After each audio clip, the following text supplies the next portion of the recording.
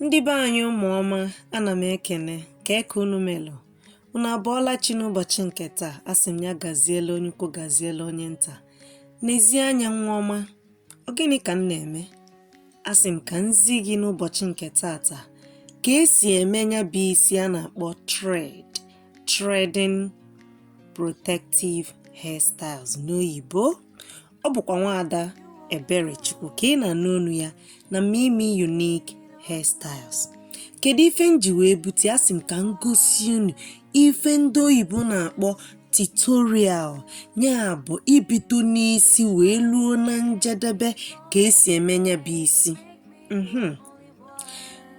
Ka m na-egosi gị ya bụ ka o kwesịrị isi dị site n'ihe ndị oyibo na-akpọ staịlụ nke onye chọrọ. Nwaada anụ na-eme isi chọrọ ụdị staịlụ dị aṅaa, otu o si chọọ ya ka m ga-esi mịa. Ngwa lezie anya nwa ọma. Nye eri nke a na-akpọ thread kwa n'oyibo bụ ewetalụ m ya, gbatịsịa ya wee jilu nwayọọ chịkọnata ya ụzọ ise ka m chịkọnatasịrị ya. Ị na-anya ife ihe m bụ ụzọ mebu m ụzọ wee tee isi ya ihe ga-enyere ya aka a na-akpọ coiling gel n'oyibo. M wee tee ihe ga-eme ka isi akpụkọnata ọnụ, maka na ya bụ isi bụ isi otu o si pụta ụwa. Ya bụ isi bụ natural. Ifugo n'oyibo ka esi akpụ ya. Na-ekwe anya ọfụma ife m na-eme ebe a. M wee ji nwayọọ tesịa ya n'ukwu ya wee bido wee kpabie anya. N'anya ọfụma ị ga-afụ na enwelu ife dị aṅa ị ga-amụta n'isi a. Ka ị na-akpa ya ka ị ga na-etinyekwazi ya owu na-aga n'iru, maka na uwe a ga-enyelu nya bụ isi aka inwee ike, ya bụ ntutu aka inwee ike kpatasịa ya ọfụma. Ị na-anya ebe ị ga-afụ na ọ fụlụ obele jisi ike kpagide kpaluo ya n'isi. Nke dịka ịbịa wee bụrụ dịka ị na-enene ka m gaa n'iru kọwalụ gị ife ụfọdụ ị kwesịrị ịma dịka m si wee lụta ya aka na nke mbụ. Cheta, ọ bụrụ na ịbụ onye kiribugoro nke mbụ, ọ bụrụ na ịbụ onye na-ekili nke a kịta, ngwa asị m ka m lụtalụ gị aka ọzọ. Cheta na isi a bụ isi ga-eme ntutu gị onwe ume, isi ga-enyere ya ka ọ gbatịa ọfụma. Isi a na-enyela aka n'ụzọ pụrụ iche. Anụ onye ka m ji sị ka m mee ya nwaada n'utukwu ebe a, ọ ụdị isi ọ chọrọ ime ka m na-eme ya. Ya bụ otu a si na-akpọwa ya, ị ga-adị ihe ndị oyibo na-akpọ sure na ka ị si na-awata ya na ka ị ga-esi jisie ya ike, mana ọ bụrụkwa na ị ga-eji ka ọ na-afụ onye ahụ ụfụ. Mba, ịwalụ na-eme anya. Ngwa gaa n'iru. Nke dịka ịbịa wee bụrụ dịka m si kọwalụ unu na ihe a bụ isi ndị be anyị, ya bụ ndị nna anyị ha ochie, ndị nne anyị ha mgbe ha na-anụ ụdị isi a ka ha na-emekarị.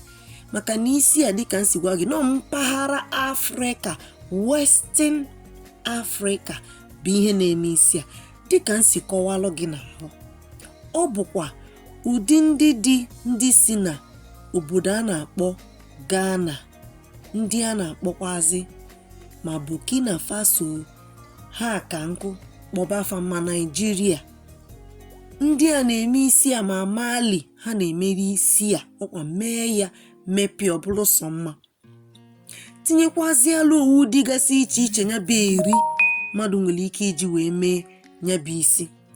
Dịka nka nje eme ya kịta, ọ dị ọtụtụ mmadụ nwere ike iji wee mee ya bụ isi eri. Ngwa ka m gba gị nkịtị ka ijilu nwayọọ na-ene n'ife m na-eme ka ị nwee ike mụta ya ọfụma. Ọ ga-abụkwazị ọ bụrụ na e nwere nwaada inwe n'ụlọ maọbụ nwaada jela ọbịa sị gị biko ị nwere ike ikpokọnata m isi a mfụ na Mimi Unique Hairstyles maọbụ ebe ọzọ ka ị nwere ike wee zie na-ebukwanụ nwaada na-enwero nke ịma mmenwu. Ngwa ka anyị gaa n'iru. Dịka ị na-enene ya, echefukwana ibinyelu m aka n'ebe ndị oyibo na-akpọ gịnị subscribe. ya na gbanyelụ m ife ahụ a na-akpọ belụ n'oyibo on. Ọ ga-abụ mgbe ọbụla m tinyekwala isi dị otu a ka ị nwee ike nweta ma bịa nene ma mụtakwa ka m si wee mee nke ahụ. Ngwanụ ka anyị gaa n'iru.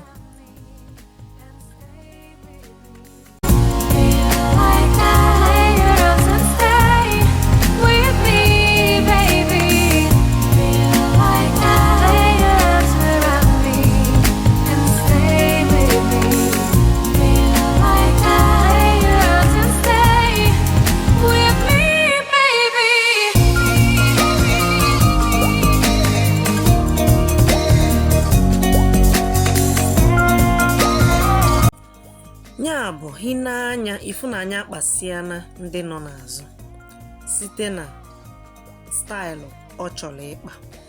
Aga m abịa kpokọnata ya ka ọ hapụ ị na-enye m nsogbu, ka m nwekwaziala ike uche m ịdị ọfụma na iru ya, nwee ike mepee ya ka o si wee chọọ ya. Iru ya anọ m na-eme kịta, aga m agakwazi n'iru tekwazịa ya ife dị a na-akpọ coil wee bido kpabịa dịka ị na-afụ ka m kpagoro ụfọdụ n'ife onyonyo isi a.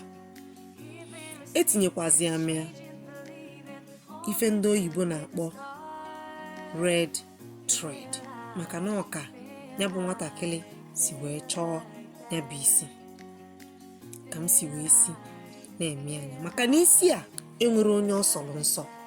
Okenye na-eme ya, nwatakịrị na-eme ya, onye ọbụla na-eme ya, ma ndị mma anyị ha ndị kalụ nka ha na-eme ya, maka na isi a maọbụ na nwere onye ọ sọrọ nsọ. Aga m aga n'iru kịta kpokọtezie ha niile ọnụ site na ijisi ike bịa mee ya ka ọ larụsịa alarụ tupu ma ekpokọnatawa ha niile ọnụ dịka m na-ezi gị. Ngwa ada dị mma na anya ọfụma, ị ga-afụ ka m si jidesie nya bụ isi aka ike. Mana ọ bụrụ na ị ga-eme ya ka ọ na-afụ ya bụ onye ị na-eme isi ofu, mba kwa, kama na ị ga-ejide ya ka ọ ga-esi chịkọta ọnụ ọfụma. Mana ọ bụrụkwa na ọha niile na-ekwe anya ọfụma ka ịfụ ka m si na-eme ya, maka na otu a m si na-eme ya bụ ihe ị ga-eji mee ya ọ dị mma n'anya, onye gị ife ahụ ị chọrọ bụ ka onye ị na-eme isi si wee chọọ ya. Maka na onye ị na-eme isi bụ onye ga-agwa gị ihe ọ chọrọ, ihe ahụ ọ chọrọ ka ị ga-emere ya. Nekwazịa n'anya fụ ka m si wee chịkọzịa ya, na-ekpokọtazikwa ha niile ọnụ ọfụma ka ha niile bịakọọ ọnụ. Ị na ha afụ ya, nwa dị mma. Imechazie ya ga-abịazie bịa gbagọọ ya agbagọọ. Ka ị na-agbagọchazi ya agbagọ, ga-abịazie bịa mechie ọnụ ya. Ị ga-ene anya ọfụma ka m si wee mechie ọnụ ya. Ọkwa ka ọha m n'ọnụ n'ụbọchị nke taa, ụmụnne m. Ama m na ịmụtago ka esi eme ya bụ isi akpala akpa ọfụma site na staịlụ nke onye chọrọ na Mimi Unique Hairstyles. Aga m arapụkwa unu n'ụbọchị nke taa, mana tupu m na-arapụ gị, aga m asị gị ka ọ dịlụ gị na mma, ka ihe itile aka ka ọ gazielu gị ise. Ọ ga-adịkwa n'ife onyonyo m ọzọ nke dị n'iru na-abịa abịa. Ka emesịanụ, mana echefukwala ibinyere m aka dịka m si agwa gị.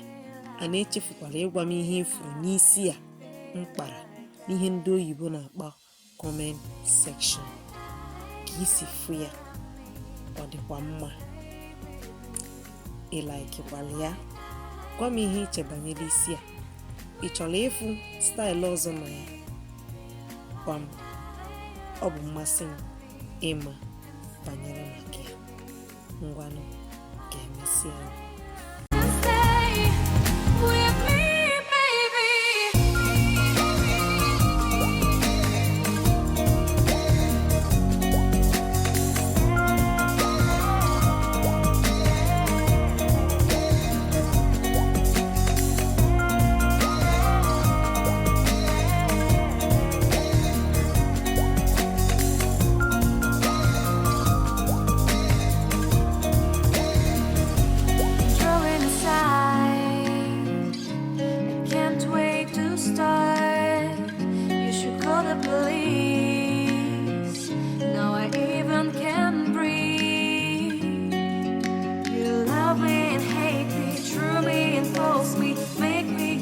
tiny star.